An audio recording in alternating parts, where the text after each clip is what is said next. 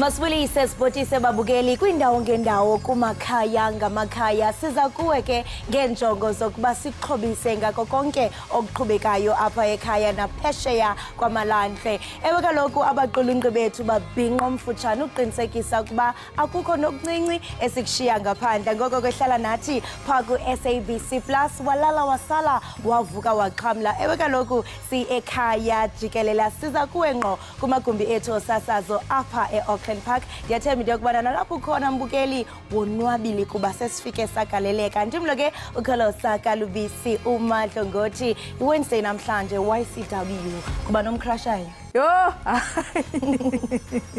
unzima lo mbuso akho kwamntu. Maybe ke mawuthi uzicrasha Sambusesa. Isiqu Sambuse ewe ndim. Isiqu sakho. Happy Wednesday. Happy Wednesday. Uvukile ntombi? Ndivukile. Into zakho zihamba kahle namhlanje. Yo, kaloku mna ndithi ndivuka ndibe nqondo bakwatsha pha. Uvele nomtyholi xa ndivuka athi yo umkhahlele.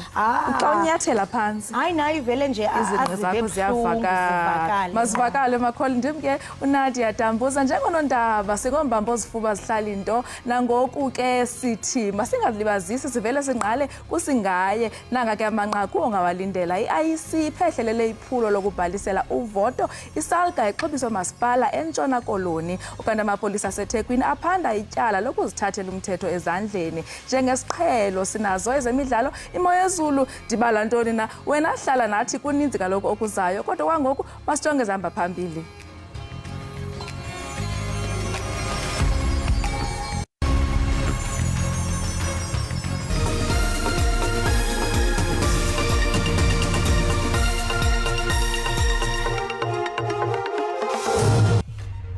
The Commission will continue to strengthen civic and voter education initiatives to ensure that voters are fully informed about their roles and responsibilities. Ikomishoni yonyulo isungule ngokusesikweni iphulo layo lonyulo likazwelonke nolwamaphondo lonyaka ozayo. Basicela isidedele bathi ngeke nikubone lokhu bafana bami namhlanje niyohlangana nogogo komkhulu benu. Amapolisa aseThekwini aphanda ityala lokuzithathela umthetho ezandleni emva kokubulawa kwamadoda asixhenxe atyholwa ngokuba zizaphula imithetho. That is it.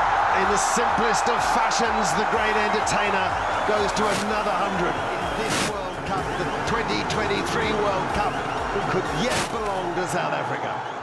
2 balls to go and one. iProteas iphulela amasaka iqela leBangladesh kumdlalo wendebe yehlabathi.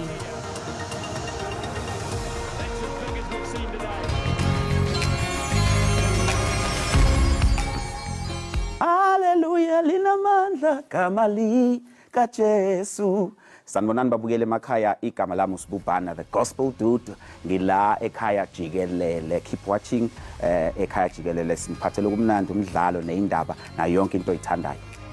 God bless you.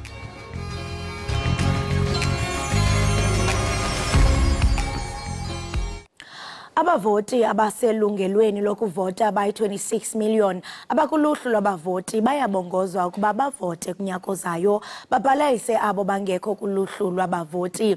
Elikhwelo ke mbukeli lenziwe ngenjongo okanye njengekoko ikomishini yonyulo isungule ngokusesikweni iphulo layo lonyulo likazwelonke nolwamaphondo lonyaka ozayo. Ziyobe zidlana imlala ngonyaka ozayo njengoba kuzoba nokhetho lukazwelonke nje. Owokuqala ke selokuqala kuvotwa ukuthi abafisa ukuzimela ngokwabo nabo bavunyelwe. 2 such opportunities are planned ahead of the impending elections in 2024. The first of this takes place on the 18th and 19th of November 2023. Ikomishana izophuma umkhankaso wokunxenxa abantu ukuthi beyobhalisa ngokhetho oludlule.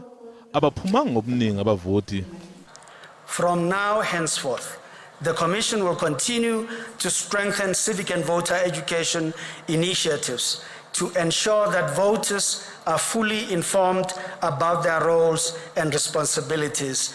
Namaqembu ezepolitiki nawo azwakalise elawo ilaka mayelana nokhetho. We are very certain that as we approach the elections next year, the support of our people to go out and vote and the support for the ANC will equally be reaffirmed. Political parties are your instrument, but you're the force for change. And every one of those 13.8 million people who are not registered need to get onto the voters' rolls so they can vote. We want to say it now to the IEC as we resolved in our elections workshop that we don't want to see such members presiding over those voting stations. So we hope the IEC, they're going to deal with that. The message is simple. If you are not satisfied and you don't participate, the status quo will remain. There's no one single opposition party who on its own will be able to oust the ANC government. We would hope that the IEC would have embarked on voter registration, voter education programs to increase the knowledge of people so that we increase the number of people who actually vote. We want to own the democracy by means of reimagining politics. And we are the experts in co-governing. We are convinced that South Africa needs a political alternative in all 9 provinces, and that is what we seek to provide. The IEC is doing a brilliant job. Let me tell you, I'm so impressed today with them. The only thing they need to check is this fake IDs of the illegal foreigners. We are going to mass deport all illegal foreigners in this country. Kuzokwengezwa iziteshi zokuvota ke sesizoba ngaphezulu ka-23,000 manje. Njengoba inkambiso yokhetho isiqalile, abantu baseNingizimu Afrika ke bamagange ukwazi ukuthi ngabe luzoba nini lolu khetho. Lesinqumo ke isinqumo esizothathwa uMongameli Ramaphosa ebonisana neCommission yezokhetho. Umzwandile Mbejo, SABC, eMidrand, eGoli.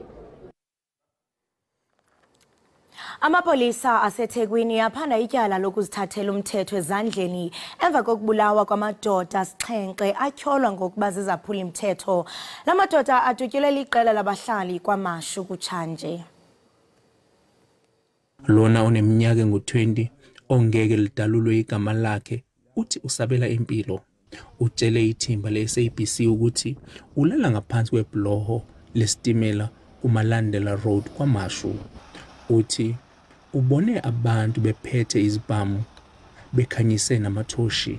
Uthi la madoda abevimbele oza kwabo ebabuza ngesango elintshontshiwe. Uthi uzwe abanye abangani bakhe bexolisa bethi bazobuyisela izinto ezebiwe, kodwa la madoda awalalelanga lokho. Uthi abangani baphoqwe ukuthi balale phansi ngezisu, nokuyilapho bedutshulwe khona emakhanda. Bathi cela isidedele bathi ngeke nikubone lokho bafana bami namhlanje niyohlangana nogogo komkhulu benu eningabazi. Amaphoyisa athole amagobolonde ezinhlavu ayishumi.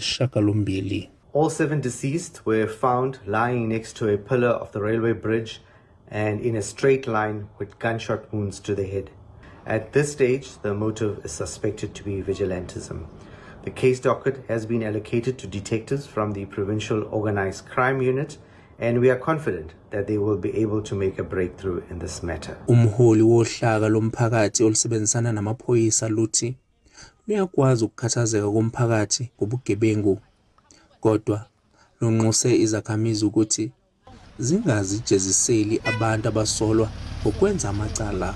Sekuyigameko nje ezenzenzeke kaningana ukuthi abantu bebeficiwe mase beyabulala. Siyawucela umphakathi wakwaMashu ezeholi ukuthi awubike ureport ngoba ayikho into ebalekile nje ukuthi ubike ureport, hayi uyithathela umthetho ngezandla. Akukaboshwa umuntu okwamanje. Londi Khatebe, SABC News. Imiba yocimicimi wombane nokungena ngenkani kumhlaba iphala phambili kwingxoxo mpikiswano yenhlanganiso yombutho womasipala iSalga eNtshona Koloni. Lenqule iqhuza inzame zokusombulula indzingo ezijamelene nomasipala. Umasipala ngamnye unikwe ithuba lokudandalazisa ezidlumzi kumhlaba wakhe. We've been addressing municipalities on landfill site, waste management. That is obviously a disaster in its process happening. Omnye umasipala uphakamise inqalabo ngeKanaland eKwikharu. Generally, the service delivery issues and all of that also, yes. So that's a challenge that the Kanaland municipalities face. So it's the management, the governance, financial management, human resource management, all of those areas. Umba abahlala bangathathi intweni ufumene ingqwalasela ngelithi mabafumane iinkonzo zasimahla kodwa umasipala banoxanduva lokucacisela uluntu ngesi sibonelelo sikarhulumente. People that can't afford, that are poor, that is living below the breadline. Umbutho umasipala kweli isalga ngamafuphi uthi ukujongana ngqo nale mingeni kuza kunceda ukumilisela kwenguqu nokuhambisa inkonzo ezingundoqo kubahlali. Imibutho nabantu abachaphazeleke sisifo iParkinson's bahlabe ikhwelo lolwazi olusasazwa luluntu ngokubanzi mayelana nenkxaso yokuphuhlisa imo yabo yentlalo. iParkinson's ke sisifo esihlasela ingqondo esanyananiswa neempawu zokuncancazela ukuqina kwamalungu nobunzima bokuzinza. Isifo iParkinson's singesinye sezifo ezihlasela imisipha nemithambo ebhebhetheka ngesivinini. Ngokombiko weLancet Neurology okhishwe ngumfumfu onyakeni u-2018 singezinye zezimbangela ezidala ukukhubazeka. Ababhekele lesifo iParkinson's South Africa basungulwe uhlelo lokuhlunyeleliswa kwabaphila nalesifo ngokubafaka emidlalweni ukuze bayivocavoce. Bathi ke luncane usizo abanikwa lona kuleli. Unfortunately in South Africa a lot of people still go undiagnosed because it's regarded as a taboo in terms of witchcraft. Urajesh Nanji ungomunye abangu-10 million emhlabeni wonke jikelele kwabaphila nalesifo. Wasithole neminyaka engu-34. Yena noNasima Barak bathi uhlelo lwezimidlalo liyabasiza ukubhekana ngqo nalesifo. The rehab has been a process that's ongoing and will continue because there's various intricacies that come in as the disease deteriorates and becomes more and more serious, as it were. But I'm coping quite well now. Before joining Parkinson's SA, I was in very bad form. Ubabili bakhethwe ukuba bamelela kuleli emqhudelaneni omhlaba wonke iWorld Parkinson's Table Tennis Championships ezobanjelwe ezweni iGreece ngoLwezi. Ey'ndabeni ze-SABC nginguvusi Khumalo eThekwini. Iintsapho zabasebenzi mgodini abathathu abasoleka kumgodi ilili kwiminyaka yesixhenxe edlulileyo baceba ukufaka ibango kubanini bomgodi iVantage Goldfields. Urhulumente nakubasebenzi bohlangulo kunjalo iAction SA ithi iza kubancedisa.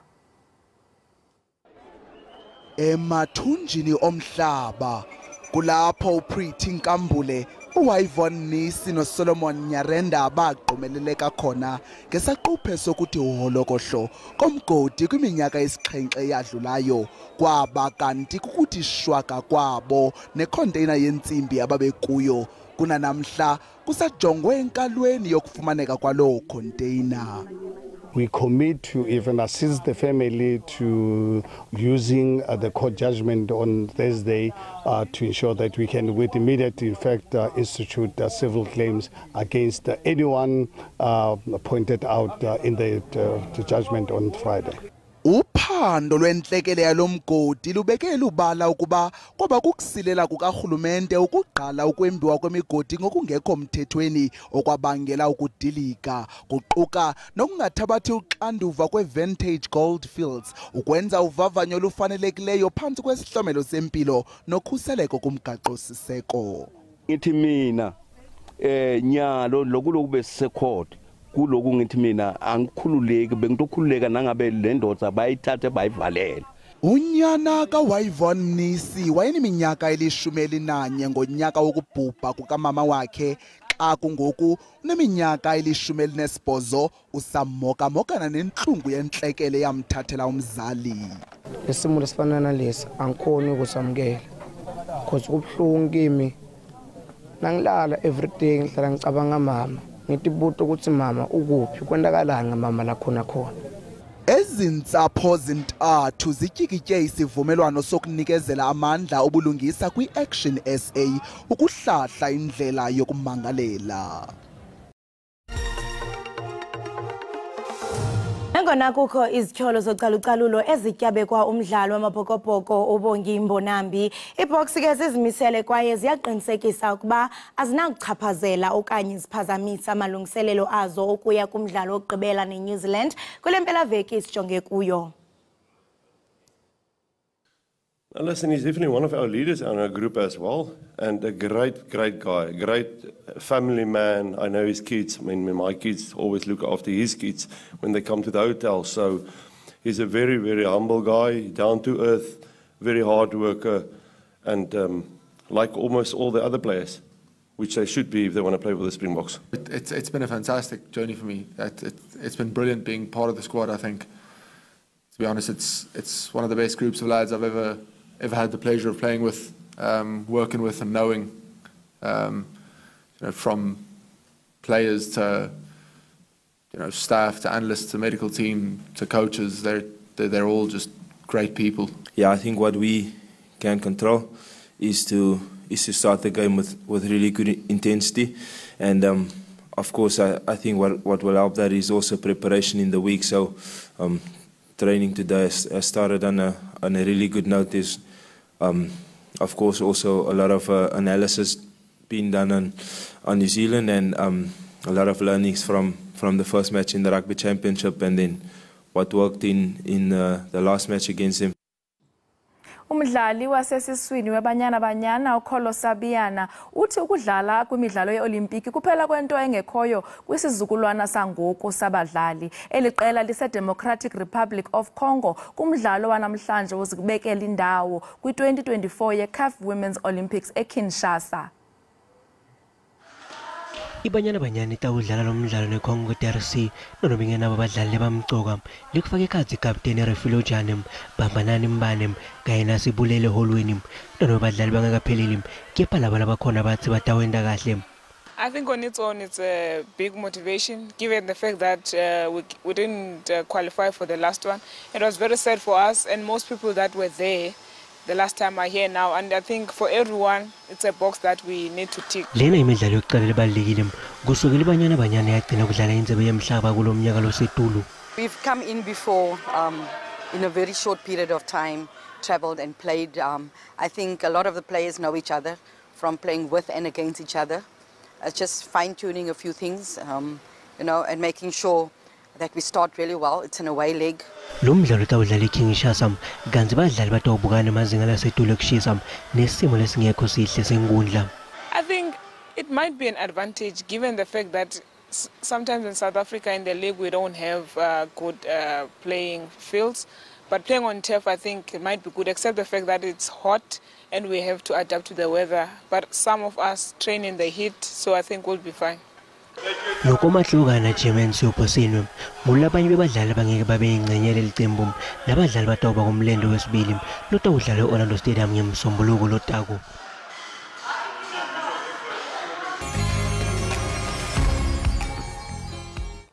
Bukele masiphinde sekwamkele kwakhona usabukele i-Ekhaya Jikelele. Indaba zakutshanje ziveza ukuba sekubizwe amajoni ukuze bazokujongana nomonakalo odalwe yimvula kwaZulu Natal. Ingaba zihamba njani inkqubo zokuncedana nentlekele ezehlileyo ukanti ungakanani umonakalo wenzekileyo? Sithetha nomele isebe lolawulo lwentsebenziswano nemicimbi yemveli kweli phondo uBongiwe Sithole Mloyi. Mamloyi masikubulise sekwamkele enkqubeni. Ngiyabingelela umsakazi ngibingelele nabalaleli bonke. Masiqale ngokuthi ngxe sivelane nawe ngokusweleka kuka-Ekhaya nobekwikhabhinethi yakwaZulu Natal iminyaka emininzi enene nenini lahlekelwe kuye tutwini. Siyasolana kakhulu nomndeni wakaKronye ubengeve ewethanda umsebenzi wakhe umama Kronye ezinikele ekwenzeni umsebenzi wesizwe impela kubhlungu sishayeke udumele engozi ngoba besazi ukuthi noma ngabe ubizwa kumuphi umsebenzi uzoba khona noma kade sengasekho ecabinet kodwa ubelokhu eqhubekile usebenzela uhulumeni wabantu eqhubeka futhi esebenzela abantu bakwaZulu Natal.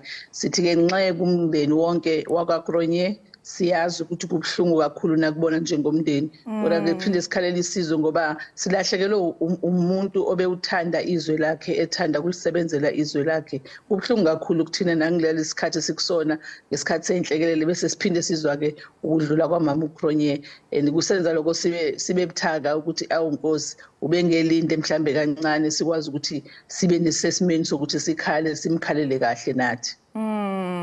Hey, sesivile ke kuba xa sithela ngalenhlekele sivile kuba sekungenelele amajoni kule ngxaki ungakho sichazele ngesi sigqibo. Into enzekalayo lapha kwaZulu-Natal kusukela ngoMsombuluko womhla ka-16 wesilokhu esibikezela ngesimo sezulu.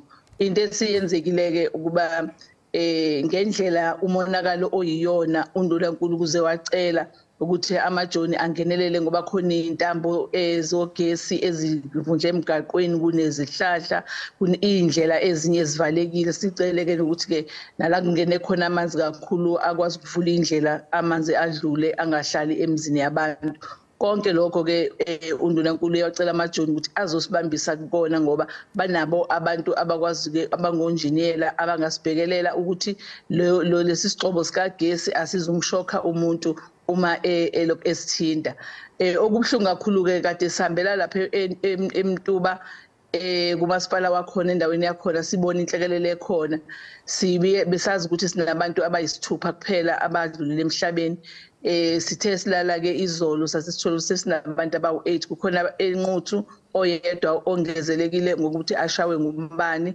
lapha ya ngaphansi kwesifunda sasemzinyathi kube khona oyedwa futhi lapha ya esifundeni sasothukela oshawe umbani futhi naye endaweni yaseWineni zonke ke lezi ndaba zenza ukuba sithi ke emndenini yonke yosishagalombili siyafisa ukukhalisana nabo kubhlungu lokwehlile kodwa futhi ke siyafuna ukuthi umphakathi wakithi uphephe wazi ukuthi uhulumeni wabantu uhulumeni okhona kwisifundazwe uyanakekela ngoba usiyabahambela imindeni siyoyiduduza sibheke ukuthi ke bahlele esimene esinjani sibalekelele siyazi ukuthi ke kusukela nje basikade sihambile eMtuba sifuna ukusho ukuthi amathimba ethu agcwele lapha kwaZulu-Natal kungisifundaze zonke kuma district wonke ebheka umonakalo ukuthi ungakanani uma singasho nje manje ukuthi ke i-assessment yenziwe emizini e1000 kwisifundazwe sonke kuyo yonke leyo mndeni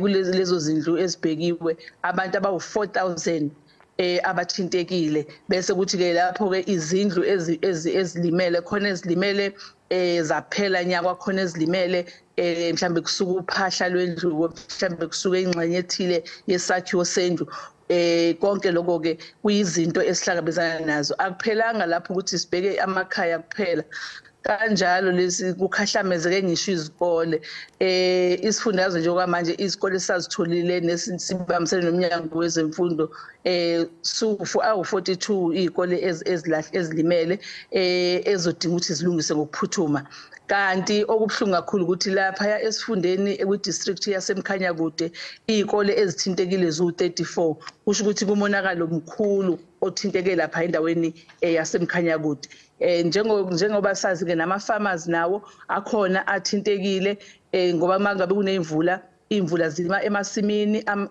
ukudla lokutshaliwe kungabe kusakwazi ukuthi kuqhubekeke nokutshaleka nokusebenza kanjalo uma sibala ke nje ama-hectare athintekile okwamanje kule assessment esenziwe awu350 kakhulukazi laba abafuye izinkukhu njoba kuneyimvula izinkukhu ziyamuka nalabo abafuye izingulube izidlu zezingulube ezipheshulwe ngumoya siyafuna ukwazisa ke umphakathi wakithi ukuthi ke sisemanzini lapha kwaZulu-Natal ngenxa yalezi iphepho uNdunankulu ke wacela ukuthi amathimba aqedele wonke umsebenzi ngokusheshsha sinomasipala bayasilekelele kanye nama-ward councillor asilekelele ukuba utholakale wonke umuntu othintekile kungasali noyedwa ukuze sikwazi ukuthi ke masisesenza umbiko ophelele nokuthi sicwaninge ukuthi imalini ezokwenza ezosithinta uma sike masisesenza lolu hlelo sikwazi ukuthi bonke abantu bathe sonke sikwazile ukuthi sithintekane siyakholwa ukuthi nje bethe echithisa amathimba ethu ezenhlekelele azosibuyela nalowo mbiko Amasosha ke abhizi nawo ngoba aqalile kuthangi ukungena as of Wednesday Tuesday ukuhambela yonke imiphakathi ukuqinisekisa ukuthi ke bonke abantu baphephile futhi la sidinga khona ukuthi kuvuswe izakhiwo ziyavuswa. Ukanti bakhona nabathi elisebelenu liyahluleka ndiyacinga ba okumhlambi kususela kwinhlekele ezakhe zehla ngaphambili akwabi khonto ingako eyenziwayo ngokukhawuleza. Ungathini kubantu abathetha ngolo hlobo? Kubantu abathi siyahluleka akukhona ukuhluleka. Ezinye zalezi ingqala zinda isuke idinga ukuthi ke sibuyele emuva siyoqinisekisa ukuthi qalwa phansi khona ingqala zinto ezivuseleliwe eziningi namakhaya avusiwe abantu kuba uhuman settlement besinaye ungqongqosho wa human settlement siholwa undunankulu siye lapha eMtuba. Into eyenzakala ukuthi kube khona izindlu zesikhashana kube khona ukuthi kuthengwe imaterial yokuthi bazakhele bayivusele. Siyafuna ukusho ukuthi ke hayi ukuthi ngoba sehluleka ingoba baningi abantu abasuke bethintekile kuloko okuncane esinakho njengohulumeni siyakwazi ukuthi kodwa sikusebenzisele ukuba sihlangabeze izidingo zabantu bakithi. Abantu bakithi basibekezelele siyazi ukuthi kwesinye isikhathi mawuhleli esimeni esibhlungu awubusakwazi nokulinda noma ngabe kuthiwa linda iviki elilodwa. Siyafisa ukuthi ke babambisane nathi noma kunjalo ngoba siyazi ukuthi ngokubambisana singakwazi ukuthi siphumelele. Neneni linyani elo ingabe njani ngoku imo yezulu izikhona izantyala mhlambi ezilindelekileyo okanye sekunesiqabo? Okwamanje kusathe gozololo ngenxa yokuthi made sibuka izulu kuthiwa lizongena ngeweekend njengoba kulokhu salalela ukuthi ke lizobe lilibi kangakanani siqwashise ke futhi abantu nangalokho. Ikhona into yokuthi lisangabuya ngoba likapheli hlalelo likhombisa impawu zokuthi lisangaphinde libuye. Kodwa lele bekade sikhuluma ngalelu level 6 ayilusehlile lolo hlobo olunjalo lemvula. Imvula lezi ezinomoya omkhulu ezilimaza impahla kakhulu kodwa sekukhona imvula lezi esesijwayele nje ezinetha ngendlela ejwayelekile. Ndikuvile uthetha ngo-human settlements ngaba mhlambi nibambisene njani namanye amasebe bakhona amanye amasebe nibambisene nawo ekuxhaseni ekusombululeni oku? Akhona njengoba thina singukhokta umsebenzi wethu kuba wonke ama-department athintekala njengoba ade ngibala nje ukuthi khona iy'kole kusho ukuthi education sibambisene naye ukulekelela ukuthi iy'ngane maziqala ukubhala izinqalasizinda zokubhala zibe zikhona. Yingakho-ke siqoqile sikhulumile nabo balungisa about 1,000 wama-park homes abazohamba bayowahambise emaklasini ama-mobile classes azohamba ayonikezela abantwana ukuba bakwazi ukubabhala izivivinyo zabo. Okunjalo futhi nje basishilo nonyango wezempilo uthintekalile zikhona ibhedlela esiseThekwini nesemnambithi esithintekile namaklinika athintekile. Yonke iminyango siyayiqoqa iminyango wezokuphepha komphakathi waKwaZulu Natal i-department esebenzisana nayo human settlement njengoba kuwe izindlu kuwe nemisebenzi yomphakathi njengoba nje sihamba naye umphazima uMEC inkosi waka human settlement and public works ukuba siyobheka izakhiwo izindlu zomphakathi kanjalo nezakhiwo zikahulumeni lapho ezisetshenziswa imphakathi ukuba ziphephile na. So ke sibahlanganiseke kanjalo bonke sihambe nabo njengethimba noma thimba lawa ahambayo enza ama-assessment asuke nawo wonke ama-department athintekalayo kanye no-DSD no-SASSA kanjalo siyabonga kakhulu njalo basenza le-assessment u-South African Red Cross usuke khona ezosilekelela njengoba sishilo ukuthi ne-National Defence Force ikhona ukuzosilekelela. Sifisa ukuthi sichaze ukuthi ke thina njengokhokta sibaqoqa bonke ngoba yithina esihola i-disaster kwisifundazwe sakithi KwaZulu Natal kanye nama-district ethu wonke omasipala bethu futhi ngokunjalo ngoba umsebenzi oyi-function yethu ukuya phansi. Eneneni linjalo umyalezo ongawudlulisa kubantu abachaphazelekayo kule nhlekele ungathini ufisa ukuthini kubo?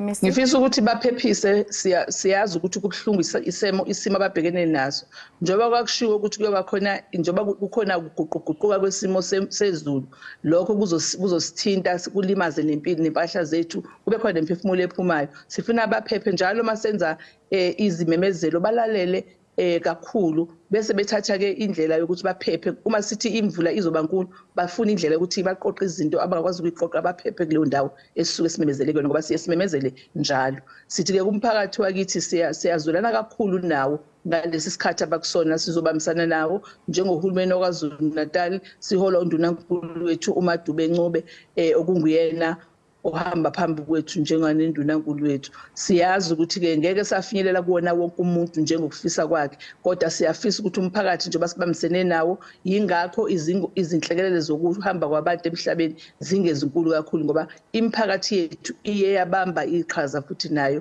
ekulekeleleni makufika lezi inhlekelele yingakho futhi singena abantu abahlele emahholo noma sizibala lezi zibalo bahleli kumakhelwane nasehlobeni ngoba bezama khona ukuthi bakwazi ukuthi ke nabo babambe iqhaza uma kwenzeka inhlelelo kwaZulu Natal siyabonga kakhulu kumphakathi wakithi ngenxa yalokho district ifunda zakuthukela ifundo zako zasogwini eThekwini indlela abenze ngayo nalaba shawe imbani siyazi ukuthi indaba zakhona siqalile siyabafakela ama lightning conductor bangasabi bamemeze sizokwazi ukuthi sikwenze lokho siufaka ngaleso sikhathi siqalile kufana sinangapha emzinyathi njengoba kukhona abashawe umbani khona konke lokho sizokwenza ngokubambisana nabo siyazwelana kakhulu nemphakathi yakithi undunankulu ushilo wathi uyafisa ngathi besingashesha sithole lo mbiko sikwazi ukubika kuyena ukuthi uyobiza into engakanani sikwazi ukucela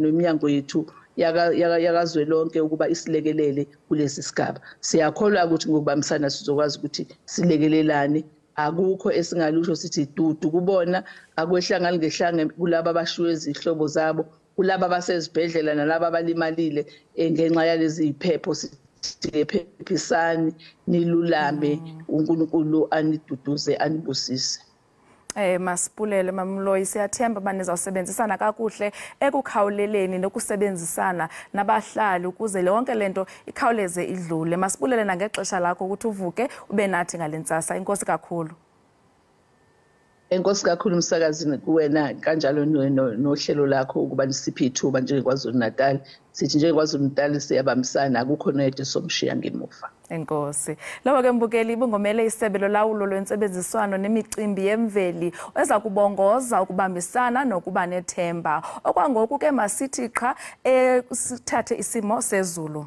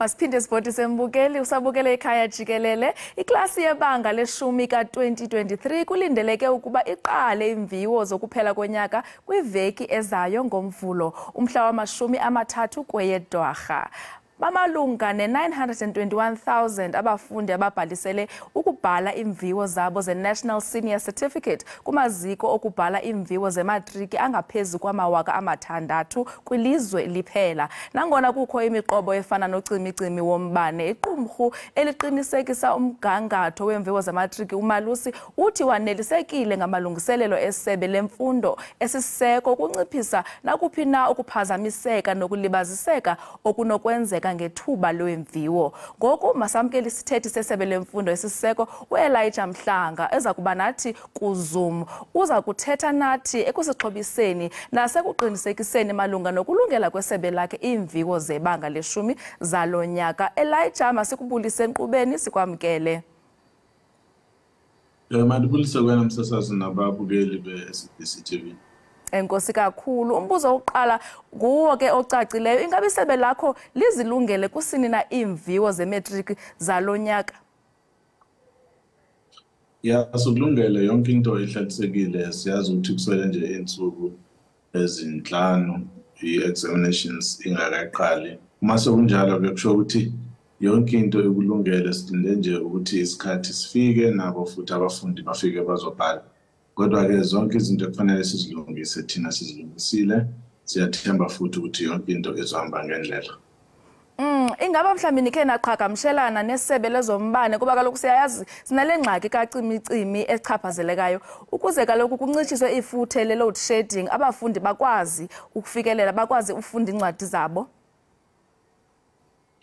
Sithethisana ne-Eskom nsuku zonke, sine-WhatsApp group la sithola khona ukuthi izinto zizohamba kanjani na. Basitshelile ukuthi angeke ibe khona i-load shedding ngokuya kwabo, kodwa bayasho futhi ukuthi izinto ziyashintsha noma nini na, kodwa bathembisa ukuthi bazozama abazamayo nabo ukuze izinto zihambe ngendlela, kakhulukazi kubona abafundi abadinga ugesi ukuze bakwazi ukufunda emakhaya. Kodwa basitshelile ukuthi namanje singabona ukuthi i-load shedding seyehlile kancane. Lokho kuyabonisa ukuthi ngempela izinto kule nyanga ye-examinations ka-grade 12 izahamba kakuhle. I-load shedding ayiyo yodwa ingxaki esijongene nayo, ngakumbi kwisebe lapha eRhawutini. Sinayo ke ne-water shedding, icala apho kunqongaphala amanzi khona. Ningenza njani? Ngapha amanyathelo eniwathathileyo uqubisana noku? Uma kunjalo siyazi ukuthi izikole zinawo ama-tank abawasebenzisayo ukuthi amanzi abe khona uma kukhona i-shortage yamanzi esikoleni ngendaba ye-water, mhlambe ijob water. Kodwa-ke siyazi ukuthi i-department ngalesa sikhathi sika-2020 uma silungiselela ukuthi izikole zivulwe emva kwe-COVID, sasifanele vele ukuthi silethe amanzi esikoleni. So sabheka isikole lezi bezinganawo ama-tank, afakwa-ke ama-tank. So asibona ukuthi leyo izosihlupha kakhulu. Ukanti-ke kwizinto ezifana kulo nyaka uphelileyo besibabona abafundi kuthiwa bahlawula ootishala ukuze babanike iimpendulo ezifowunini koo-WhatsApp. Ingaba mhlawumbi kulo nyaka niza kwenza njani ukuqinisekisa uba oku akwehli? Le nto lo ukhuluma ngayo yenzeke endaweni yase-Bushbuckridge eBuhlabela district. Siyenzile investigation, babona-ke abantu nomphakathi babona ukuthi uma wenza into efana naleyo ayinamphumela emihle, ngoba ama-results wakho azobanjwa, angeke uwathole ngalesikhathi ekufanele uwathole ngaso ngoba uphenyo kuzofanele lwenzeka. So siye sabaxwayisa-ke ukuthi kulo nyaka bangayenzi leyo nto ngoba izolimaza impilo zabo. So siyathemba-ke ukuthi bazohlonipha i-examinations, bangayenzi izinto ezingekho emthethweni. Kodwa thina njenge-department uma sithi uma utholakala wenzile into enjena sithi sizawenza investigation sikujezise-ke ngoba kufanele sikwenze lokho ukuze sibonise nabanye abantu abacabanga ukwenza into efanayo ukuthi bangayenzi izobangenisa engozini. Mr. Mhlanga, kubani ojeziswayo, yitishala okanye ngumfundi? Bonke kuya ngokuthi wenza kanjani na. Uthishela kukhona i-labor disciplinary process bazongeniswa kuyona njengoba usibonile ukwenzeka kuyo le case. kuhlabela abafundi nabo kwabanjalo senza investigation. So kuya ngokuthi ubani wenzeni and then i-process efanele ke izoyenzeka ngalendlela emva kwalokho. Masithethe ngeziphumo kule minyaka idlulileyo kuye kwabakho inxalabo yokuba izinga lokuphumelela imatric lehlela ngaphansi ko-80% kwaye kulonyaka ophelileyo libe ngu-80.1%. Ingaba niyakugcina lo mgangatho kwaye iceba ninguceba nikwenza njani oko? Siyenza ngelena support siyenza okuningi kulonyaka ukuthi sisekele abafundi bethu yiko sithi nje abafunde nabo ngamandla ngoba thina siyabahambisa kuma-camps la bayofunda khona bafundisa abanye othisha bahlangane futhi nabanye abafundi baphuma kwezinye indawo ukuze bakwazi ukuthola isikhathi esisanele nesiningi sokuthi bafunde yonke into bayifundile ku-curriculum yonyaka. So siyathanda ukuthi uma wonke umuntu enze into efanayo kuzo zonke iy'kole zethu i-pass rate izawunyuka ngoba iyo into esifunayo leyo. Akusizi ngalutho ukuthi abafundi bethu bahlale ku-system. Umsebenzi wethu ukuthi bafunde baphase badlulele phambili boyenza ezinye izinto. So siyathemba ukuthi wonke ama-province azoba awenzile umsebenzi wabo ngaleyo ndlela ke ukuthi wonke umuntu ozobhala exams le-grade 12 2023 akwazi ukuphumelela ahambe aye phambili. Urhulumente wethu uhlale eshumayela nge-4th Industrial Revolution enokwenzeka ke ikhulisa icandelo lethu le-science ne-technology. Ngoqinisekileyo uyayiqonda uba yonke le nto iqala esikolweni. Xa sithetha ngabafundi abafunda into ze-science nenzululwazi, ingaba mhlawumbi inani labo liyancumisa? Akuwona wonke umuntu ofuna ukwenza i-science. Kuhle ukuthi abaningi bayenze i-science kodwa akuwo wonke umuntu ofuna ukwenza i-science. Yiko nje sifaka ama-subjects amaningi esikoleni ukuze umuntu athole i-subject ayifunayo. Kusuka kuyiphutha lento ukuthi sithi wonke umuntu akenze into eyodwa. Uma kube khona i-oversupply yalabantu ukuphinde kube nenkinga futhi njengoba sibona kwezinye indawo uthola ukuthi abantu abaningi bane-qualification efanayo umsebenzi awukho phinde kubahluphe lokho emoyeni. Sesithi uma ungumuntu omusha bheka ukuthi yini oyithandayo wena ubheke futhi nokuthi uyithola kuphi leyo nto leyo nokuthi imali yokuyifundela leyo nto uzoyithola na ukwazi ukuqhubekela phambili ngaleyo ndlela. So kufanele sivumele futhi nalabo abafuna ukwenza ama-arts nalabo abafuna ukwenza i-sports njalo njalo bayenze izinto zabo ngoba abanye baphuma esikoleni badrope out because umuntu athi i-subject ayithandayo ayikho athi ngiyabona wonke umuntu kuthiwa akenze i-maths and science kodwa mina ndiyithanda i-maths and science. So asiyeke abantwana bayenze lezi zinto abafuna ukuzenza. Thina njengama-parents thina njengothisha silethe nje i-guidance silethe i-information la sizobasiza khona babone ukuthi yini ekhona umuntu azikhethelele yena ayithandayo. Umuntu ukhetha into oyithandayo awukwazi ukuthi ufeyile ngoba uzonikela yonke inhliziyo yakho kuyo yona leyo nto leyo. So asicabangeni izinto ngaleyo ndlela. Ekokugqibela abafundi mhlambi abane-special needs abadla ngokungahoywa zeziphi inzame enizenzayo ukuqinisekisa ukuba abashiywa bona ngasemva?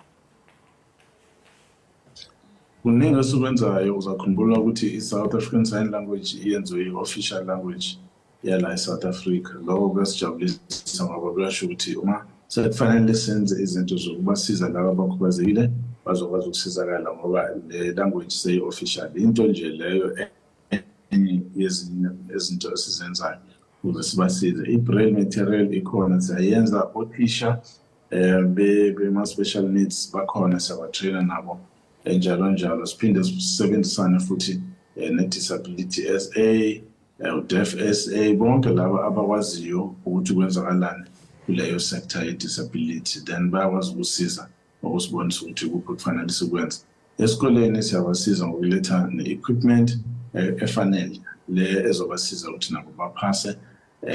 Iwe nje uma ungabuka nje kuma-statistics yabafundi abazobhala i-exam ka-grade 12 siyafaka futhi ukuthi bangakhi abazwenza i-South African Sign Language.